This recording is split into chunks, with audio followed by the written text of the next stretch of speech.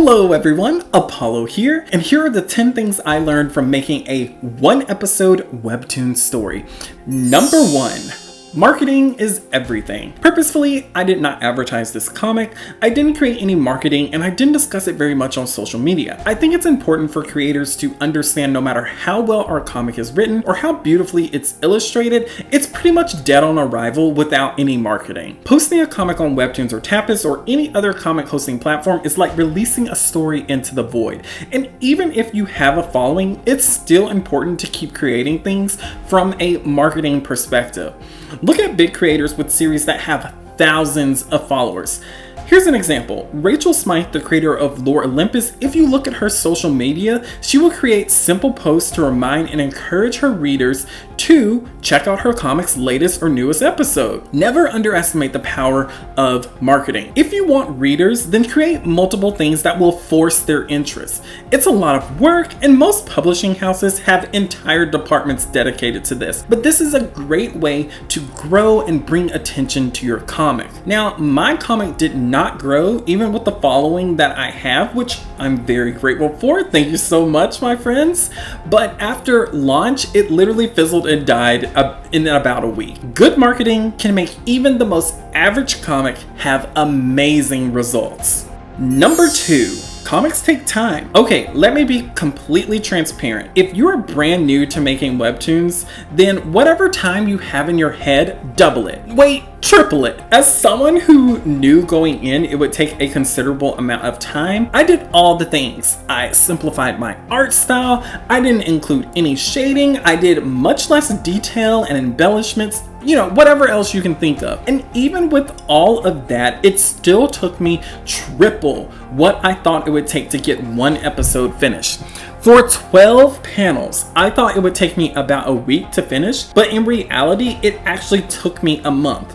Of course, as time goes on, I know that I'll get faster, and I also know now where to place my expectations based on my current schedule. I would say to a reasonable degree, don't focus so much on time, but producing the best possible comic that you can. With that said, don't be like me and take 16 years to release your first comic. Have a good balance of happy with the quality that you're producing, but you're not taking an entire lifetime to produce one episode. This will definitely help to manage expectations as well as burnout. Number 3, you need an editor. And I know what you're thinking, I don't need an editor. Well, give me a second and let me explain. I kept the narration for my webtoon super simple, I did basic sentences, and I tried to make sure to keep them super simple and very clear. Nothing extremely flowery or complicated. And yet, when Poe read the episode, he pointed out a few things about both the art and the writing. What he pointed out was the writing needed more clarity and that the phrasing could be better. These were things that he offered as suggestions of improvement. With the art, there were a few angles that were wonky and I had some anatomy issues. A key thing to remember if you have an editor or someone is giving you a critique is that these things are just suggestions. I didn't agree with everything that Poe said, but his insights were beneficial and even confirmed some of the things I was already aware of, and it helped to put it into a perspective of how someone who's new, my audience members, might respond to my webtoon. And if you don't want an editor, getting a friend with good grammar skills to read the story for clarity is extremely beneficial. Number 4.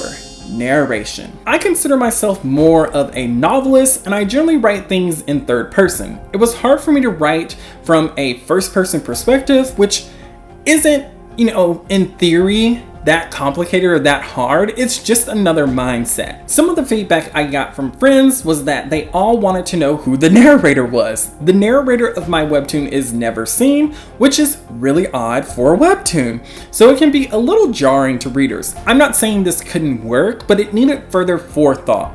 I didn't think through my story's narration, so it reads a little chaotic and maybe even comes across kind of random, or that I didn't put much thought into the telling of the story. Picking how the story is told and who is telling it can affect the visual storytelling. Number 5, visual storytelling is extremely important. I love to write detailed and flowery sentences. I think words structured correctly can create a sense of elegance and drag out deep emotions. However, people are reading webtoons for visuals combined with great writing. A lot of flowery sentences can translate into visuals. A glance, a raised eyebrow focusing on an item, a word illustration like a caged bird or drowning.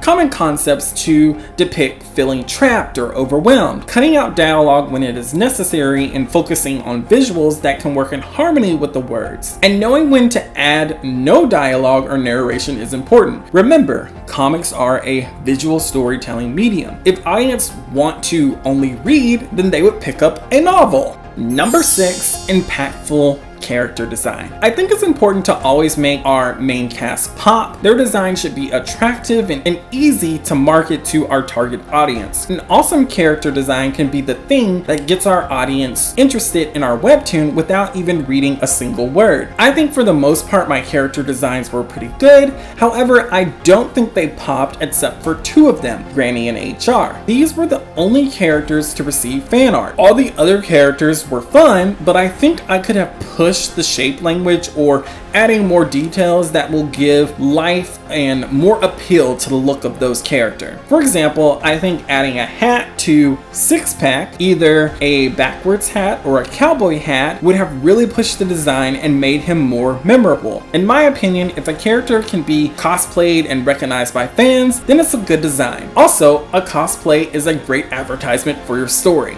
Number 7, using backgrounds adds immersion, mood, and tone. Learning to use backgrounds is essential. I completely underestimate the impact a simple background can have on a scene, really enhancing what we're trying to create. Even a solid color background, when executed correctly, can wow a reader. The backgrounds will affect tone and mood, which are crucial factors to our reader's experience. When I think about the backgrounds in my webtoon, they don't really add anything. And I don't think every background needs to have a powerful impact, but I don't think any of mine, regardless of how simple, did not improve the quality of the story or give a certain feeling to the readers. Number 8, study lettering. This would be your fonts and the bubble shapes. I think lettering was one of the hardest things that I worked on during my comics creation. I was concerned about font size and what fonts were easy to read. I ended up doing Times New Romans and the font size was set at 14, but it still made me feel uneasy. I managed to find one article on font size because I couldn't find any other resources. I felt very uneasy about people being able to actually read the story easily. The bubble placement was extremely important. I feel if I could go back in time, I would have placed the bubbles first, and I think that would have really helped to make my drawing experience much easier and have me not as annoyed. Thankfully, somehow I was able to skirt around this issue, but I feel like I would have been even more annoyed if I could not have found workarounds that kind of harmonized with the illustrations. Number 9, your title is important. My title is not easily searchable, although that could be Webtoon's fault. And what I mean by this is I don't think anyone would ever accidentally find my comic via the search engine. Who is typing roofing on Webtoons? And I'm specifically talking about people who are trying to take advantage of the search engine. You definitely want to use words that someone might actually search. In my mind, I think I was channeling an isekai title,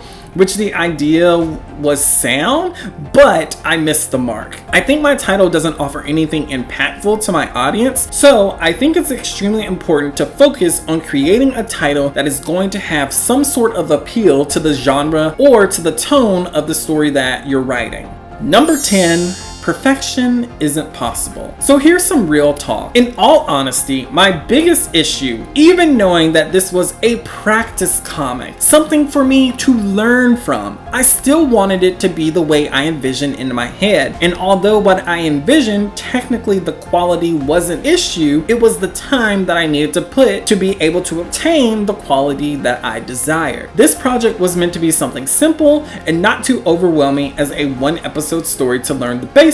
And yet I feel like I stressed about this project like it was my magnum opus.